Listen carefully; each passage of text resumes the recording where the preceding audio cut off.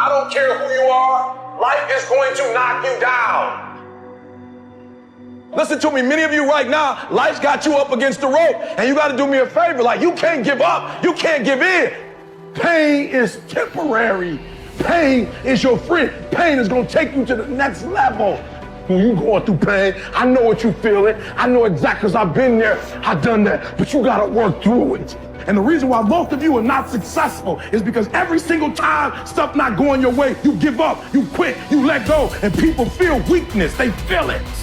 You can feel when somebody's not committed, when they're not all in, when they're not dedicated. And there's another level you get to when you go all in. Winners win and losers lose. There are going to be times that you're going to be wondering, why should I keep showing up and working my business? Why should I keep at it? Why should I keep showing up to the conventions? Why should I keep picking up the phones and making the phone calls? Why should I keep fighting for my goals and fighting for my dreams? And what I want to remind you is that you got to show up for your life regardless of the circumstances.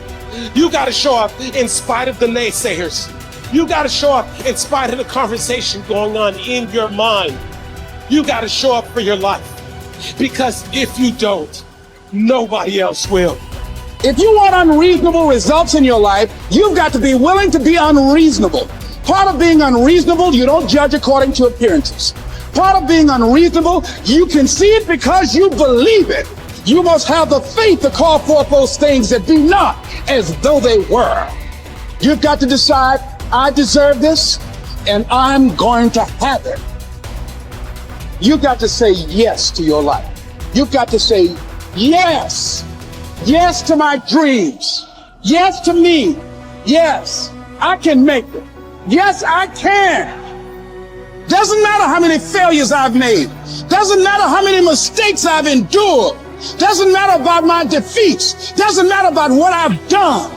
Yes, yes. I don't care about the fact I'm in a hole now. Doesn't matter about where I am.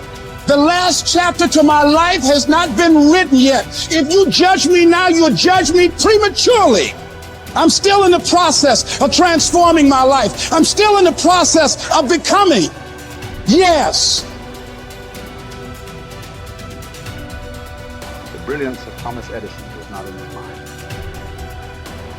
It was something much more ordinary and often much less respected. I've got no imagination, he once said. I never dream. I've created nothing. If you're someone who doesn't like Edison, you might think that this is Edison admitting to stealing his inventions from other, more brilliant inventors, like Nikola Tesla. Not quite, but he did readily concede that most of the credit belonged to something other than his brain. The genius hangs around his laboratory day and night, Edison said.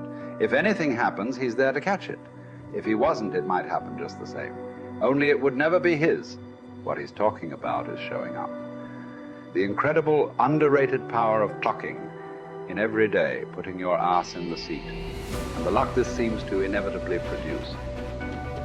Edison lived in his laboratory and never missed a day. Like Gehrig, even when he was sick, when he was tired, or when visited by tragedy or disaster. The modern conveniences we can trace to his lab then owe far more to his body than his brain, to the compounding power of consistency rather than sheer brilliance. It wasn't about inspiration. It was about getting to work, show up and try. Get on the treadmill, pick up the violin, script out some sequence, reach out to some clients, read some reports, lift a couple weights, jog 1 mile, cross one thing off the to-do list, chase down a lead. It doesn't matter what it is. All aspects of our life benefit from this circumscribed kind of wisdom. Just as long as you do something every day, that is the important thing. Show up. When you're tired, when you don't have to, even if you have an excuse, even if you're busy, even if you won't get recognized for it, even if it's been kicking your ass lately, once something is done, you can build on it. Once you get started, momentum can grow. When you show up, you can get lucky. Is this still hard? Yes. But the good news is that because it's hard, most people don't do it. They don't show up. They can't even do one tiny thing a day. So So yes, you're alone out there on the track in the rain. You're the only one responding on Christmas.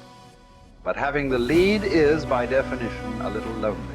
This is also why it's quiet in the morning.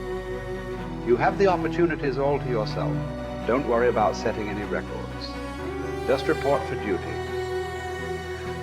No excuses. And here's the irony. This is also a way to break records. Consistency is a superpower. Day to day, willpower is incredibly rare. Lowell Gettrig was a solid position player and a good hitter.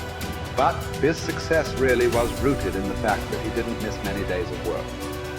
It's quite likely that had he continued at his normal pace and not been stricken with R's, that he would have put up career numbers that surpassed Babe Ruth.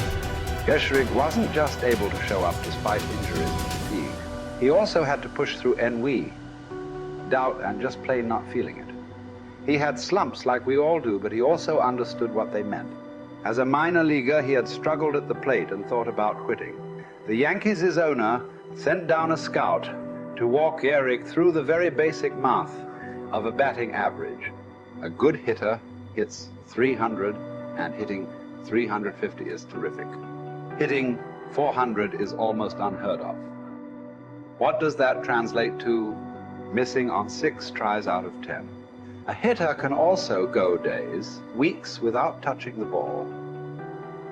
That's what the scout told him. The most important thing a young ball player can learn is that he can't be good every day. You don't have to always be amazing. You do always have to show up. What matters is sticking around for the next at-bat.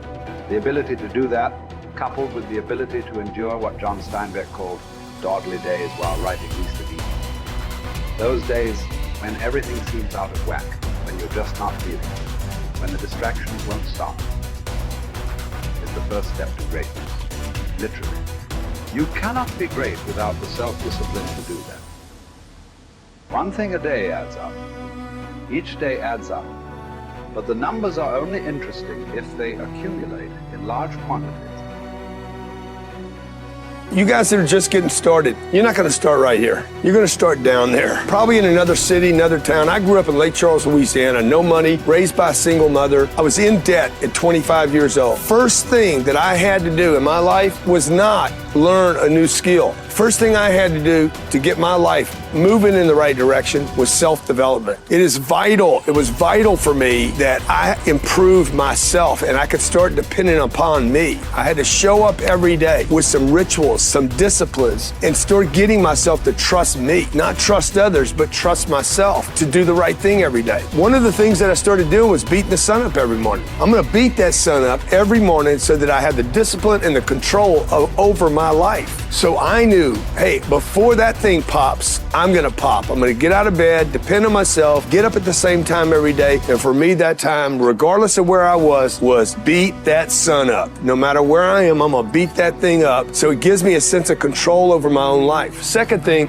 I had to start cleaning up my life and my friends and my environment. When I was younger, between 15 and 25, I was doing crazy stuff in my life. Wasting my weekends. I have the saying, weekends are for the weak. I was drinking, fooling around with a bunch of bad things, bad people. At 25 years old, I cleaned it all up. Quit going to those places. Quit hanging out with people that did not have ethics and discipline in their life. I wanted to build something in my life. I wanted to become someone. And to do that, to become someone in the eyes of the world, just beating that sun up every morning gives me the sense of accomplishment that I did what I said I was going to do, that I woke up when I said I would wake up, and I start building respect for myself, start believing in myself so that I can go out into the world. And maybe today when I go into this meeting that I'm dressed for, they'll believe in me as much as I believe in me, and that'll show up in a contract, a deal, maybe even some money.